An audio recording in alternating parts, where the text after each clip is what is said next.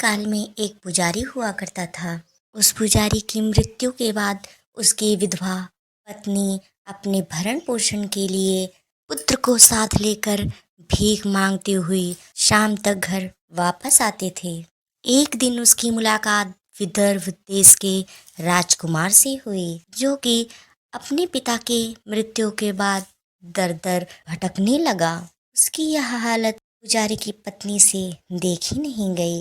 वह उस राजकुमार को अपने साथ घर ले आई और पुत्र के जैसा रखने लगी।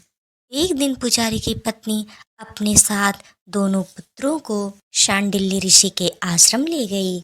वहां उसने ऋषि से शिवजी के प्रदोष व्रत की कथा एवं विधि सुनी तथा घर जाकर अब वह भी प्रदोष करने लगी। एक बार दोनों बालक वन में घूम रहे थे। उनमें से पुजारी का बेटा तो घर लौट गया, परंतु राजकुमार वन में ही रह गया। उस राजकुमार ने गंधर्व कन्याओं को पीड़ा करते हुए देखा तो उनसे बात करने लगा।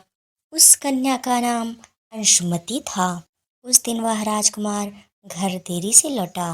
राजकुमार दूसरे दिन फिर उसी जगह पर पहुंचा जहां अंशुमति अपने माता पिता से बात कर रही थी। तभी अंशुमति के माता पिता ने राजकुमार को पहचान लिया तथा उससे कहा कि आप तो विदर्भ देश के राजकुमार हो ना, आपका नाम धर्मगुप्त है। अंशुमति के माता पिता को वह राजकुमार पसंद आया और उन्होंने कहा कि शिव जी की कृपा से हम अपनी पुत्री का विवाह आपसे करना चाहते हैं। क्या आप इस विवाह के लिए तैयार हैं? राजकुमार ने अपनी स्वीकृति दे दी तो उन दोनों का विवाह संपन्न हुआ। बाद में राजकुमार ने गंधर्व की विशाल सेना के साथ विदर्भ पे आक्रमण किया और घमासान युद्ध पर विजय प्राप्त की तथा पत्नी के साथ राज्य करने लगा। वहां उस महल में वह पुजारी की पत्नी और पुत्र को आदर के साथ ले आया तथा साथ रखने लगा। पुजारी की पत्नी तथा पुत्र की सभी दुख और दरिद्रता दूर हो गई और वे सुख से अपना जीवन व्यतीत करने लगे। एक दिन अंशुमति ने राजकुमार से इन सभी बातों का कारण और रहस्य पूछा।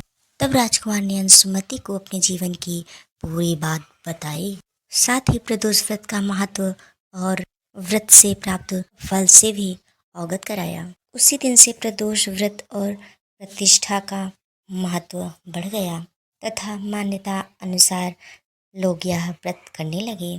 कई जगहों पर अपनी श्रद्धा के अनुसार स्त्री पुरुष दोनों यह व्रत करते हैं। इस व्रत के करने से मनुष्य के सभी कष्ट व पाप नष्ट हो जाते हैं एवं मनुष्य को अभीष्ट की प्राप्ति होती है। बोलो पार्वती पतये हर हर महादेव।